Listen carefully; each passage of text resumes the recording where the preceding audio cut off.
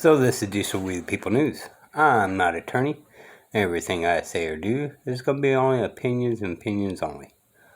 Alrighty? I never look straight forward. I always look around me to be able to protect myself by any means necessary. Alrighty? This is a learning video. This may help you in your future, then again may not. If you need an attorney and act as an adult, then you shall proceed forward with an attorney. If you want to act as an age majority, then you can try these things on your own and at your own risk. Alrighty? This is really interesting. I'm not going to go in deep in it.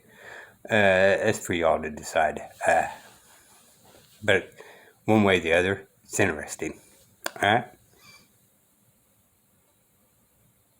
They're operating as countries, but it's really a business. And they're in the business of, they create laws in order to make money. So that's why when you get a speeding ticket, it costs you $119. Anything you do that breaks some kind of statute, you pay. It's just a business. It's not teaching you anything. It's not making you a better human being or anything like that. It's just a way of paying. I needed to verify that countries are actually operating as corporations. It didn't take... Okay, so you guys really do need to look this up. It does exist. So, yeah. Definitely look this up, okay? long to find that in the U.S. Code, United States is defined as a federal corporation. And on the U.S. Securities and Exchange Commission website, Canada is in fact listed as a company located in Washington, D.C. And we go and vote every 4 years thinking we're going to change something. And anybody who's voted for any length of time knows very little. Okay, this is going to be my opinion thing, right? So if Canada is based in Washington, D.C., then on my other videos, right, I think the United States of America belongs to King George, right? Because of the treaty of 1776. Okay? Since it was never really contracted through the way it's supposed to be done, it really does not exist. So the treaty does not exist, which means King George still really occupies the United States of America, which stands to the reason why Canada is based into Washington, right? Because Washington would be based to England. Okay? So some of this that he points out, I kind of very different a little bit, but it's still an interesting puzzle to look at. So I'm not 100% on what he's talking about, but a lot of what he's talking about from my research is pretty accurate. Again, it's my opinion.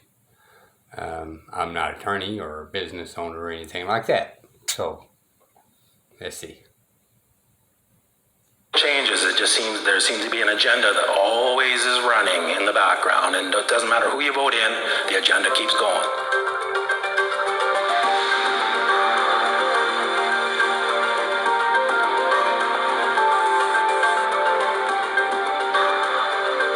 So I want to give you a diagram. This is the basic idea of how a jurisdiction works. This is you, and you work at Walmart, and you work in the automotive department. And there's a manager there, and he said, I'm going to pay you X amount of dollars per hour, and you have to show up here and put hours in as I say. And you go, okay, I agree to that. Now, what if the automotive guy tells you, I want you to show up on Sunday night at 2 o'clock in the morning when the store is not open? You could go to the manager of the Walmart store and say, this guy's trying to make me come in when we're not open. That's against your policy. the automotive manager cannot make you do something that's outside the jurisdiction of the Walmart store. Now, the Walmart store is in Detroit. This is a corporation. So now Walmart, because it's in Detroit, has to obey the rules of Detroit. Now, outside of Detroit is Michigan. It's a corporation, and Detroit is subject to the laws of Michigan. Now, Michigan is inside what is called the USA. It's another corporation, and Michigan is part of that corporation. Now, outside of this is the real USA, the original republic. Unfortunately, Okay, so this is where I'm talking about where I kind of disagree. The United States of America. Okay, but the true original text of the Constitution is actually, it says, Constitution for the United States, not for the United States of America. So I beg the difference. So we got two countries going side by side. But as he's speaking right now, sometime or another, and I need to research this part. When did the United States actually became a corporation? When did it actually flip? Alright? And to my best of knowledge, just off the top of my head, I'm going in with the 14th Amendment all the way up to the puzzles leading up to the 1933 Filing Bankruptcy Act. Okay? And since the country bankrupt, well, it had to be a corporation to keep running. Now, again, that's my opinion only, okay? they sound the same. So people think that they're here when they've agreed to be in here. Just like you agreed to go here. And there's people that are wondering why the Constitution doesn't work in courts. Because the courts are here. So when you bring the Constitution in, they're going, that has nothing to do with us. You think you're here, but you're actually here. And that's the biggest problem. What you have to understand is this is subject to this. You just got to approach it in the right way. They don't tell you this, though. You're assuming you're here, and they will let you think that, but you're actually here. And you're there by agreement, just like Walmart. Now, there's another set of laws called the law merchant. This law merchant is a set of laws to govern what we call commercial law or admiralty law. Outside of this USA, and actually part of this Republic of USA, which is the original, this is where the Constitution is what's called the common law. So the United States was founded on the common law, as was Canada, and they are still both functioning, but you got to know how to invoke them. So once I understood this and I learned a little bit about a law merchant, and then I knew that Canada was a corporation, and I knew that the courts were just another corporation inside that, I started treating them like that. This is just business. And you guys are subject to these outside things. So as long as I'm out here, I'm above you. And so I started trying stuff. I went into court, and we usually wait outside the courtroom because I don't like to doing all the bowing to the judge. It's very ritualistic. So we waited till my name got called, and we walked through the door. Big door up because it got paged. They obviously called the case in the courtroom, and then when I didn't show up, they page outside. So we walked through the courtroom, and as I'm walking into the courtroom, the judge is running off the bench. Full flight. Cape blowing, out the door, and I went, what was that? And everybody else in the room was the same thing, like, what's going on? And so the sheriff goes, all rise? Like a question, I guess we're having a break. Do people have lesser rights if they're represented by a lawyer or by an attorney? Well, your rights never disappear. You waive them in order to be represented by somebody else. A judge will look at your actions. So if you come in saying, I got this right and I got that right, but you're represented by a lawyer, he's going, no, he, in his mind, he's just looking at you, no, you don't get it. You don't have those rights. You can say that all you want, but you've waived them. So he will assume that you don't have those rights, and he will make his judgments safely accordingly. Is that why traditional legal processes, especially in issues of magnitude such as the worldwide agenda to deploy radiating surveillance meters, is that why traditional legal processes don't seem to be successful? Exactly. Because they've taught you to go and fight down here, play this other game in courts and all that stuff, and that's what we believe is where the remedy is, and they're just looking at you, well, sorry. We have already seen in Take Back Your Power examples of how the system has singled. Well, that was the main part I wanted to tell you about. Now, I'm going to give you guys a heads up. A couple of videos ago, when you seen a guy talk and told everybody to rise, and everybody rose, but a couple of people, this, that, here, and there. That was actually the same guy. Okay? This is just a little bit of a different video. So, once again, this is going to be y'all's opinion. But if you just keep looking straight forward, then you just... Insane people keep doing the exact same thing, expecting different results.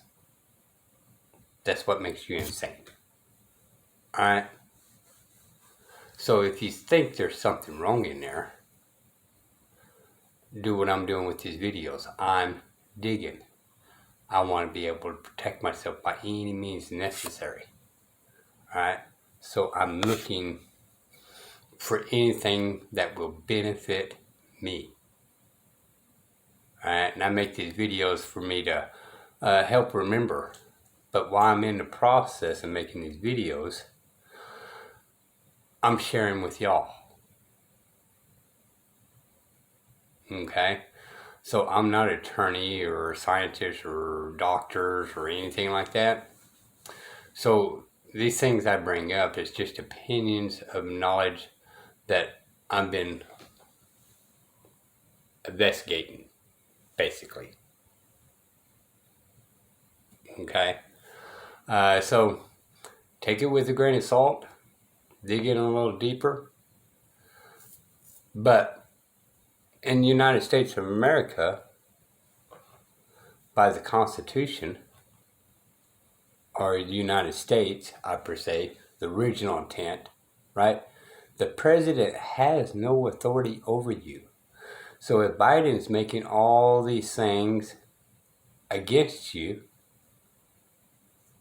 and in the Constitution it says he can't do it, then people, how is he doing it? If there's supposed to be 11,000 congressmen,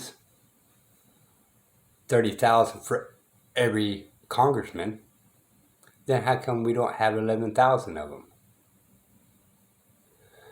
If vice president and the president's on two separate tickets,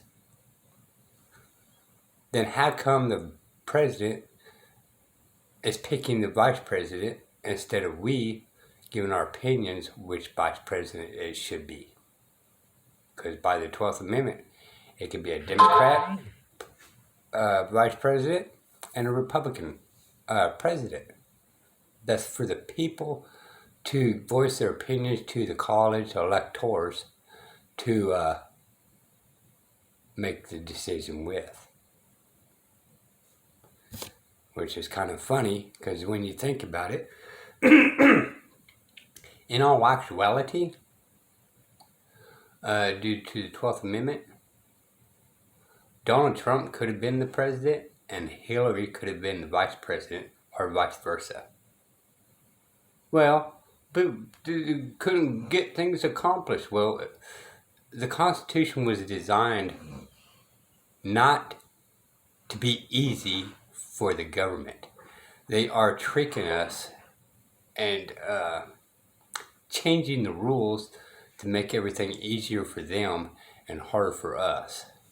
But in all actuality, the Constitution was designed to make it hard for them to put us in jail. They really had to work at it to do it. It was better for 100 guilty men to be set free than it was to one innocent man to go to prison.